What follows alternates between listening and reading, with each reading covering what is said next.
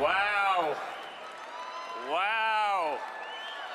Good evening, Cleveland. Wow. It is such an honor to be here for a man I love so much. That's my father.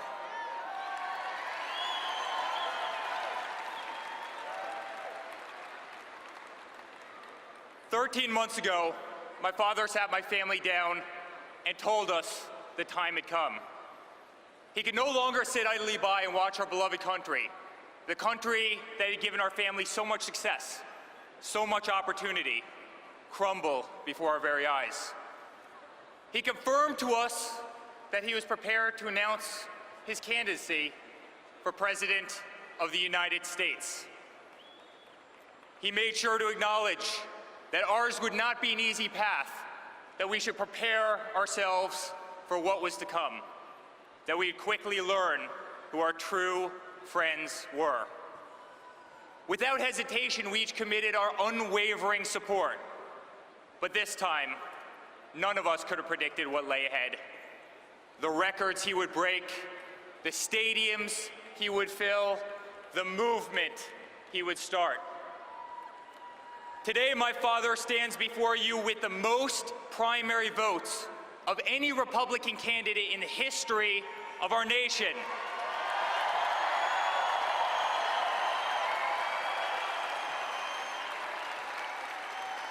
He has shattered voter registration records across the country. He has defied the predictions of every single political pundit and turned traditional debates into must-see TV.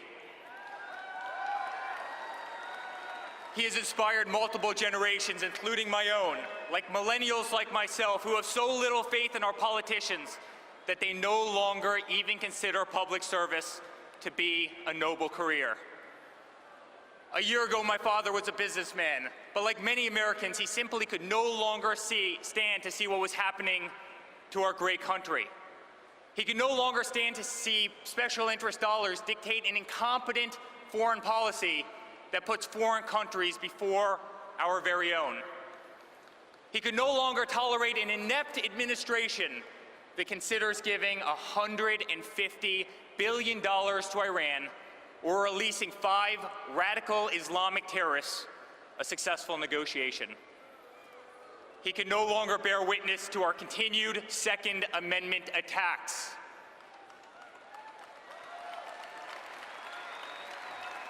He could no longer stand to see the words Christmas stripped from public use or the Pledge of Allegiance removed from our schools in an effort to be politically correct.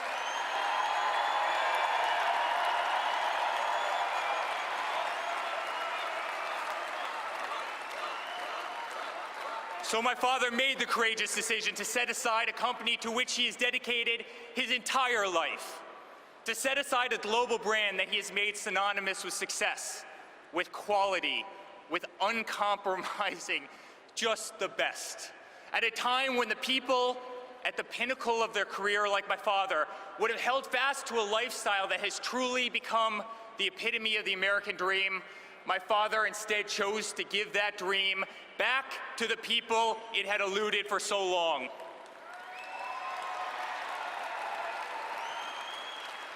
As daunting of a journey as he knew it would be, for him, it was the easiest decision in the world.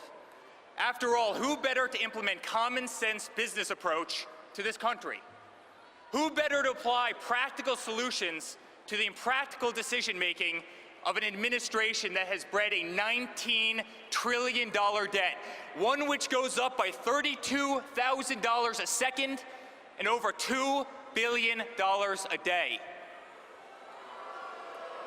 Who better implement common sense tax reductions for one of the highest tax nations in the world, allowing our citizens a chance to keep more of what they earn as opposed to having it squandered away by our inefficient government? Who better negotiate the return of countless American manufacturers like Nabisco and Ford and Carrier and so many others back to the United States where they began than a man who has single-handedly employed tens and tens and tens of thousands of people around the country?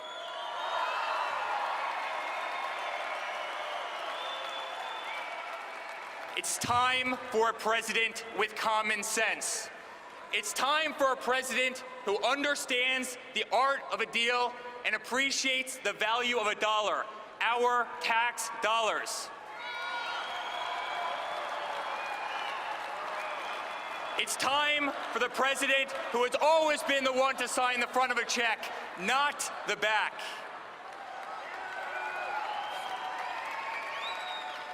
Throughout my father's career, he has been repeatedly called on by government to step in and save delayed, shuttered, and grossly over-budget public projects. Everything from the exterior of Grand Central Terminal in New York to the iconic old post office in Washington, D.C., just to name a few.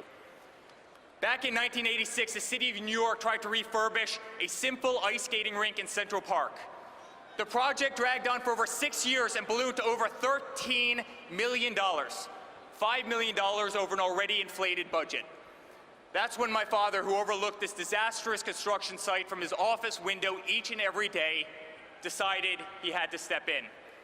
Disgusted by government incompetence and ineptitude, he invested $2 million of his own money in order to complete the project. What had taken the city over half a decade to botch, my father completed in less than 6 months, 2 months ahead of schedule, and over $1 million under budget.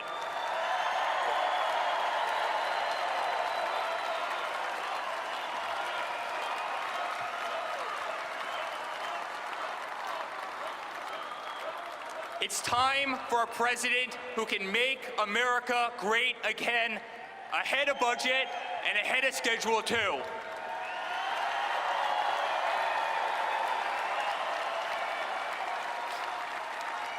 Thank you. My father has revitalized rundown neighborhoods, shaped skylines across the country, and turned dreams into reality his entire career. It's what he does. It's who he is. Oprah Winfrey once famously asked my father if he ever envisioned running for the presidency of the United States. His answer? Only if it got so bad that I had no choice. Only if it got so bad that I had no choice. Well, ladies and gentlemen, that day has come.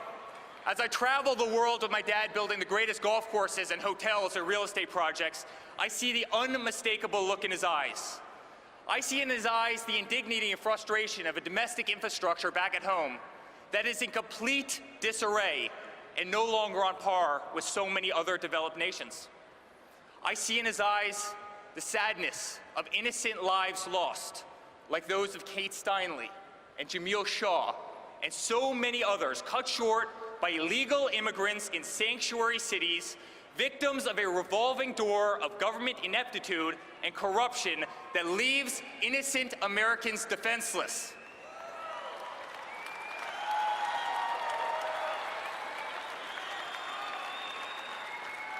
I see in his eyes the humiliation of an education system ranked 30th in the world. I see in his eyes the disgrace of nearly $400 billion trade imbalance with China, the $60 billion trade imbalance with Mexico, and the continued destabilization of the Middle East, which has cost our nation trillions and trillions of dollars and thousands of lives. But today I see in his eyes a man who truly loves his country, who is proud of his country, and who wants his country to be great again.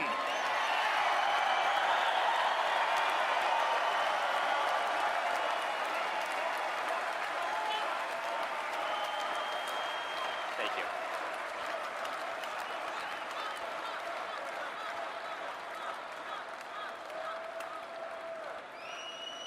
I want to thank my father over there for the life that he's provided me, for the life that he's provided my family, and the life that he's provided all of our employees around the world. I want to thank my father for the life that he's enabled me to provide to my future children as my beautiful wife Laura and I start thinking about that amazing chapter of our lives. To that end, I often think about the legacy I wish to leave my children. And to me, there are few things that I hold closer to my heart than charity. For me, it's the essence of who we are as human beings.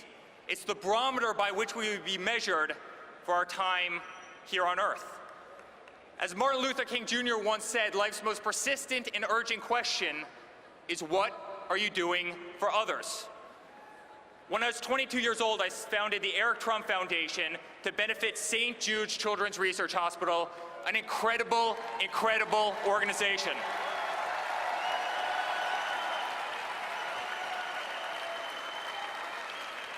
I run my foundation based on the principles my father taught me: honesty, integrity, and values. I expect other charities to be run by the same moral code, not serve as conduit for personal enrichment, not become a beacon of corruption and scandal.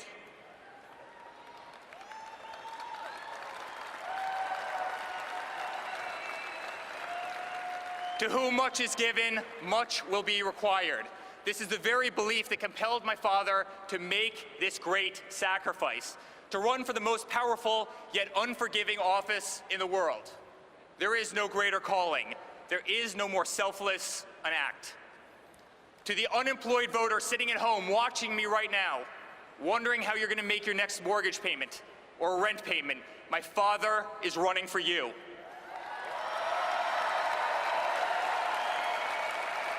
To the veteran tuning into the speech from his or her hospital, who has been ignored and disrespected by an ungrateful system for far too long, my father is running for you.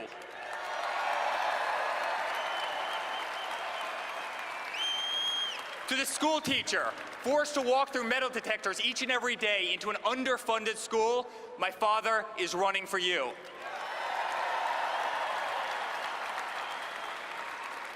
To the laborer watching me right now, forced out of a job by undocumented workers, illegal immigrants, my father is running for you.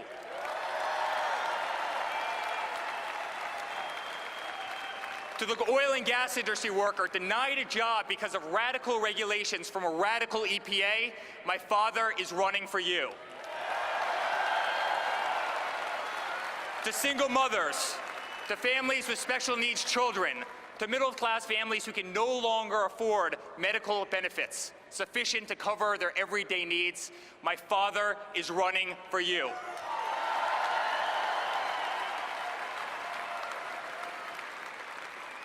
This November, I ask you to be true to yourself and vote for the candidate who you know is running for the right reasons. Vote for the candidate who has never been a politician. Vote for the candidate who has never received a paycheck from our government.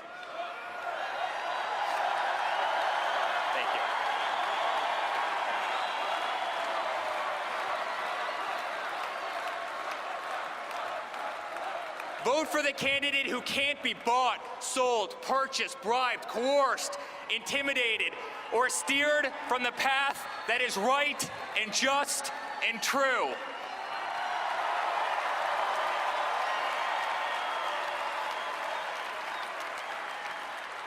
And quite frankly, friends, vote for the one candidate who does not need this job.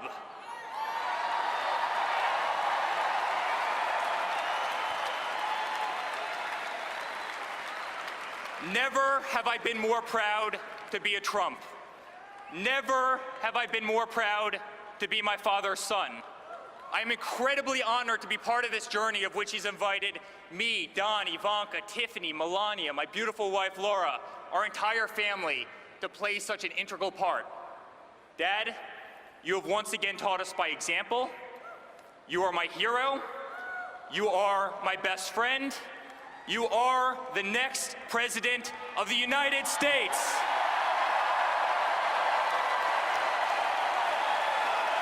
God bless America.